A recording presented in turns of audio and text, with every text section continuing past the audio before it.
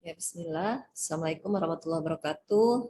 Baiklah, di sini ketemu lagi kita di video kali ini masih membahas ya tentang manajemen usaha baru. Ini adalah kelanjutan dari video kita sebelumnya ya, berhubungan dengan manajemen usaha baru, yang mana di sini kita akan membahas tentang inovasi pada startup. Ya, jadi kita harus tahu dulu kalau memang kita membahas sebuah inovasi pada startup, kita harus tahu dulu apa itu startup ya. Nah, di sini startup itu adalah sebuah perusahaan ya yang mana rintisannya itu yang memang dalam keadaan tahap pengembangan ya, katakanlah dalam tahap pengembangan. Jadi baik dalam pengembangan produk, kemudian dalam pengembangan pelayanan ya, pangsa pasar, model bisnis ya, dan lain sebagainya. Nah, inilah yang dinamakan dengan sebuah startup dalam sebuah katakanlah inovasi ya, artinya memang dalam tahap pengembangan. Oke, kita next ya. Nah, di sini menurut Nail ya, untuk startup itu sendiri adalah sebuah perusahaan yang memang sudah dirancang ya untuk memecahkan suatu masalah ya, yang mana nanti masalah ini mendapatkan sebuah solusi yang memang harus mendapat solusi yang memang tidak bisa terbatas ya, dan juga kesuksesannya juga bisa dikatakan belum bisa terjamin ya. Jadi ada dua hal. Yang pertama kita lihat ya di sini dirancang untuk memecahkan permasalahan ya dalam sebuah perusahaan.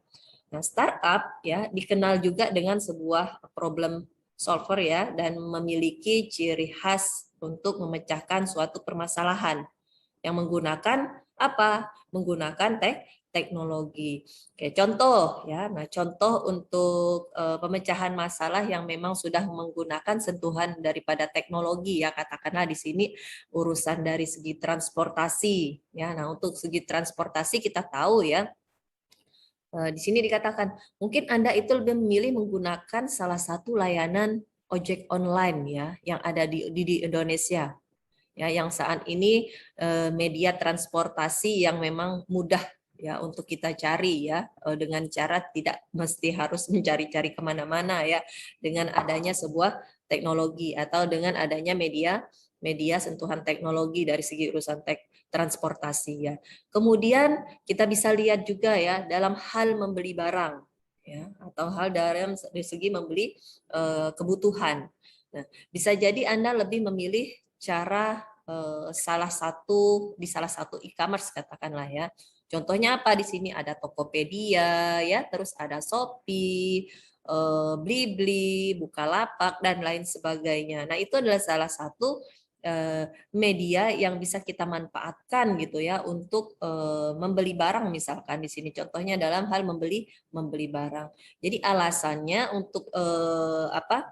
Startup ini dirancang untuk bisa dikatakan memecahkan permasalahan ya, alasannya karena memang startup saat ini memang memanfaatkan teknologi untuk menjalankan sebuah bisnisnya. Caranya banyak sekali ya, bukan hanya sekedar dari segi transportasi ataupun jual beli produk ya, atau penjualannya.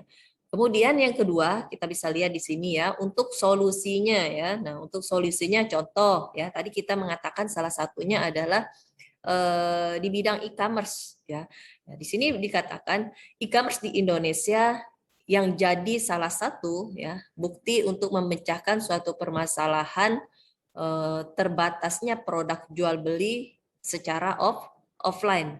Ya, solusinya apa? Solusinya kita bisa lihat dengan apa? Dengan cara mempertemukan penjual ya dan pembeli itu di lapak online ya, di lapak online. Kayak tadi contohnya ya, misalkan Tokopedia, Shopee ya dan lain sebagainya.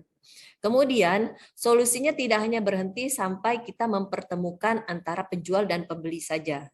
Ya, untuk mendapatkan atau untuk dapat bertahan ya, di mana setiap e-commerce itu akan selalu melakukan yang namanya sebuah inovasi ya untuk mempertahankan jualannya misalkan ya, untuk mempertahankan daripada tokonya ya. Dengan cara apa? Nah, di sini untuk dapat bertahan e-commerce itu akan selalu yang namanya memberi solusi lainnya kepada konsumen. Contohnya ya, di sini kita juga mungkin sudah bisa merasakan ya. Contohnya seperti gratis ongkir ya, terus tampilan daripada tools ya lebih user friendly, lebih enak dipahami dan lebih enak kita gunakan. Kemudian keamanan data ya, setiap adanya sebuah inovasi baru, keamanan data kita mungkin lebih terjamin ya, lebih terjaga lagi dan lain sebagainya. Banyak sekali ya inovasi yang kan selalu dikembangkan gitu ya dari segi teknologinya. Ini dari segi e-commerce. Terus dari segi transportasi juga sama halnya ya. Di segi yang lainnya pun juga sama. Akan selalu ada yang namanya pengembangan inovasi di dalam sebuah startup ya, dengan sentuhan apa? Dengan sentuhan teknologi. Sesuai apa? Sesuai dengan perkembangan zaman. Oke, kita next ya. Nah, untuk memperkuat budaya inovasi dan menempatkan produk pada jalur yang tepat. Nah, ini juga ya kita bisa lihat. Dalam pengembangan startup itu ada beberapa komponen yang akan menjadi sebuah tolak ukur ya, atau menjadi dasar ya menuju sebuah kesuksesan. Mulai dari apa? Bisa kita lihat mulai dari kepemimpinannya, kemudian timnya, sampai varian produk yang memang ada atau yang dimiliki. Jadi berbagai komponen tersebut harus mampu membentuk yang namanya sebuah sinergi. Ya, satu dengan yang lainnya itu bisa menumbuhkan sinergi, ya, saling berhubungan satu dengan yang lainnya. Sehingga ya dapat memutarkan sebuah roda yang kita sebut dengan inovasi tadi.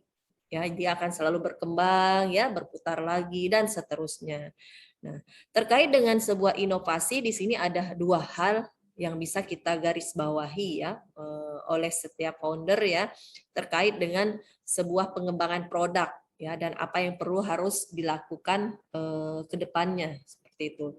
Nah, yakni yang terkait dari segi mempertahankan budaya inovasi ya, dan juga menempatkan inovasi pada jalur yang tepat. Nah, kita coba lihat ya. Pertama di sini adalah dengan cara budaya inovasi dalam mengembangkan sebuah produk startup-nya. Nah, startup ini diawali ya dan juga dibangun dari sebuah ide ya tentang ya tadi ya, dan tentang pengembangan sebuah inovasi ya, yang mana nanti umumnya itu ketika dimulai ya oleh founder untuk menemukan sebuah masalah ya dalam sebuah lingkungannya, lalu dia akan mencoba untuk menyelesaikan permasalahan tersebut ya dengan pendekatan produk teknologi ya, dengan sentuhan teknologi. Maka nanti dari situ akan ada sebuah celah yang bisa dimanfaatkan untuk menjadi lahan bisnisnya ya, atau menjadi sebuah peluang ya dalam usaha bisnisnya atau dalam sebuah organisasi bisnisnya ya. Kemudian menempatkan pada kanal distribusi yang tepat ya, pada tempat yang tepat juga gitu ya. Jadi di sini ada beberapa hal yang biasanya menjadi sebuah fokus program ya, yakni ya untuk penguatan dari bisnisnya itu bisa dilihat dari segi internalnya maupun dari segi eksternalnya. Nah, di sini misalkan dari segi internal ya. Nah, dari segi internal untuk pengembangan itu adalah termasuk dari tim ya, dari tim sampai urusan operasionalnya. Itu adalah dari segi internal yang harus kita perhatikan ya, mulai dari kekompakan timnya ya, kerjasama timnya, sampai dengan urusan operasionalnya ya.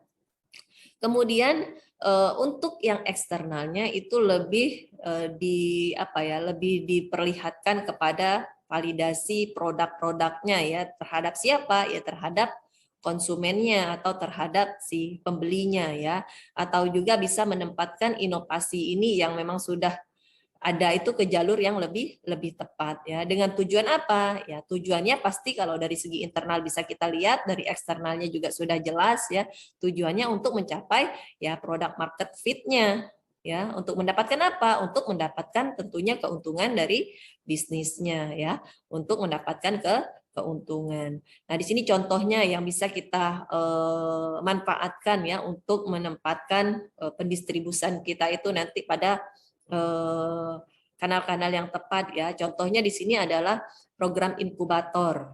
Ya, kita bisa menempatkan dalam program inkubator dan juga akseleratornya, ya, yang mana di sini mereka didesain ya memang untuk menempatkan sebuah inovasi startup pada jalur-jalur yang tepat, katakanlah, karena memang sudah disediakan, tinggal kita mengembangkan, kita mau menaruhnya di mana gitu ya. Jadi ada seperti program inkubator contohnya ya. Oke, baik ya. Untuk video kali ini ya saya rasa cukup dulu ya tentang manajemen usaha baru, dengan judul kita tadi adalah sebuah inovasi pada startup untuk memulai startup, katakanlah ya. Saya rasa cukup dulu, kita lanjut next video ya. Saya ucapkan terima kasih sebelumnya. Assalamualaikum warahmatullahi